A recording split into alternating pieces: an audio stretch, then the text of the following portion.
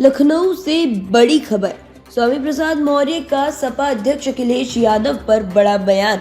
Samajwadi party का vote bank बढ़ाने का काम किया है। जो कभी सपा से नहीं जुड़े थे उनको जोड़ने का काम किया है। सपा में मेरे अभियान का मजाक उड़ाया गया।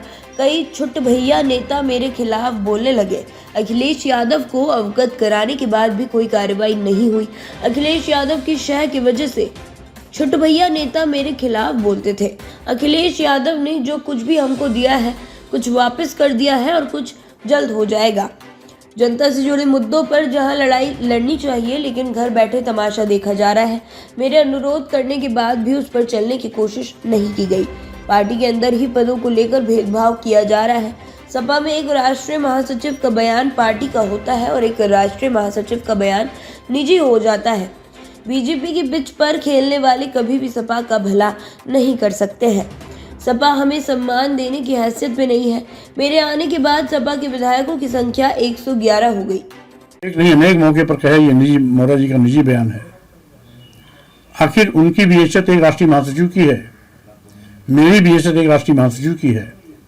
एक राष्ट्रीय महासचिव का बयान पार्टी का हो जाता है और दूसरे राष्ट्रीय महासचिव का बयान निजी हो जाता है। ये भेदभाव क्यों? अगर यही भेदभाव होना है तो ऐसा भेदभावपूर्ण पद मुझे नहीं चाहिए, क्योंकि मैं तो भेदभाव के खिलाफ लड़ता ही हूँ। मैं तो इस देश में जो विषमता है, जात पात छुआछूत ऊंच नीच का जो भेदभाव है, उस भेदभाव के खिलाफ लड़ाई लड़ रहा हूँ।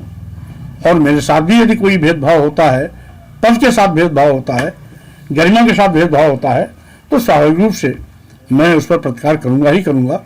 और जो 13 फरवरी के पत्र में स्पष्ट है। इसलिए रही बात, उन्होंने कहा कि मैंने सम्मान दिया, तो मैं ये बताना चाहता हूं कि समाजवादी पार्टी आज सत्ता में नहीं है, सम्मान देने की हैसियत में नहीं है। और अगर देने लेने की बात आई तो 2022 के पहले समाजवादी पार्टी के पास मात्र 45 विधायक थे। मेरे आने के बाद समाजवादी पार्टी के विधायकों की संख्या 111 हो गई। समाजवादी पार्टी का जनाधार जो समाजवादी पार्टी सरकार के दौरान भी नहीं था, वो 2022 के चुनाव में उनको मिला। 6.5% वोट की बढ़ोतरी हुई है। माइक दो सर। स्वामी प्रसाद जी को जो है जो आरोप अखिलेश यादव लगा रहे हैं, इसको कैसे देखते, क्या कहना चाहेंगे? पहली बात तो उन्होंने आरोप क्या लगाया है उसकी विरोध जानकारी नहीं है। हाँ, पत्रकारों के माध्यम से मालूम हुआ है कि उन्होंने कहा है कि मैं किसी के दिल में क्या है उसको कैसे जान सकता हूँ। दिल में जाने और जानने की जरूरत नहीं है। 13 फरवरी को जो मेरा इस्तीफा पत्र है उसमें सब स्पष्ट है। उस बात को जानने की कोशिश करनी चाहिए, जिसको मैंने 12 फरवरी को व्यक्तिगत भी बात किया था और 13 फरवरी को पत्र के माध्यम से भी अवगत कराया था कि मैं जब से समाजवादी पार्टी में आया लगातार जनाधार बढ़ाने की कोशिश की। पहले ही दिन मैंने नारा दिया था 85 तो हमारा है, 15 में भी बंटवारा है। बहुजन समाज में जन्मे संतों, गुरुओं, महापुरुषों ने, सामाजिक परिवर्तन के महानायकों ने जो लड़ाइयाँ लड़ी थी, उन्हीं की विचारधारा को आगे बढ़ाने की दिशा में मैं इस देश के आदिवासियों, दलितों, पिछड़ों, महिलाओं, मजलूमों, मजदूरों, किसानों को जोड़ने का अभियान चलाया। लेकिन कुछ यथार्थवादी ताकतें जो समाजवादी पार्टी के नाम पर लाभ तो लेती हैं, लेकिन समाजवादी पार्टी के वोट बैंक के साथ खिलवाड़ करती हैं। और जब जब मैंने ऐसा कोई भी कदम उठाया तो निजी बयान कह करके उसका उपहास लाया गया। स्वयंभू प्रधान राष्ट्रीय महासचिव बहुजन समाज पार्टी से आने वाले नेताओं के फलस्वरूप ही हुई है। इसलिए अगर देने की बात होती है तो मैंने उनको दिया है, उनका वोट बढ़ाया है। जो कभी समाजवादी पार्टी से नहीं जुड़ते थे उनको भी जोड़ा है। लेकिन जब वहां पर मेरे अभियान का मजाक बनाया जाने लगा, तमाम छुटभैये नेता से एक चिल्ली बहाने लगे, बड़ी बड़ी बातें करने लगे। राष्ट्रीय अध्यक्ष जी को अवगत करने के बावजूद भी उस पर लगाम लगाने के बजाय आज मेरे पत्र को भी गंभीरता से न लिया जाना इस बात का प्रतीक है कि कहीं न कहीं ऐसे तत्वों के पीछे अखिलेश जी का साथ था।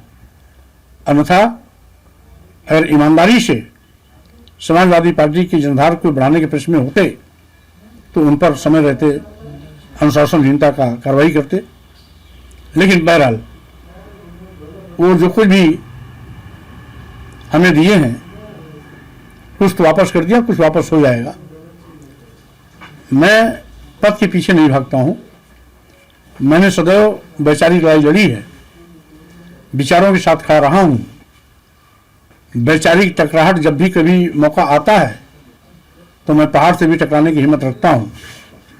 रही बात इस देश के अनुसूचित जाति, अनुसूचित जनजाति, पिछड़े देश की महिलाएं, लोग अपनी राजनीतिक रोटियां सेकने की कोशिश कर रहे हैं। आज देश में बड़े पैमाने पर बेरोजगारी है, महंगाई है, गरीबी, लाचारी है। अनुसूचित जाति, अनुसूचित जनजाति और पिछड़ों के आरक्षण खत्म किए जा रहे हैं। जातिवार जनगणना की लंबे अरसे से मांग चल रही है। लोकतंत्र की हत्या की जा रही है। ईडी, सीबीआई, इनकम टैक्स का दुरुपयोग किया जा रहा है। देश की राष्ट्रीय संपत्तियों को निजी हाथों में भेजा जा रहा है। इन सारी चीजों को देखते हुए हमें जहां सड़क पर निकल कर लड़ाई लड़नी चाहिए, हम केवल घर बैठ करके तमाशा देख रहे हैं। अनुरोध करने के बावजूद भी उस पर एक कदम भी चलने की कोशिश नहीं की गई है। पार्टी के अंदर ही पदों में भेदभाव किया जा रहा है और जो सेकुलर होने की दुहाई देते हैं लेकिन बीजेपी की पिच पर खेलने के आदी हैं, ऐसे लोगों से समाजवादी पार्टी का भला होने वाला नहीं है। तो स्वाभाविक रूप से आज मैं उन्हीं विचारों के लिए आज भी खड़ा हूं जिन विचारों के लिए समय समय पर मैं खड़ा था और आगे भी खड़ा रहूंगा। ठीक है, थैंक यू।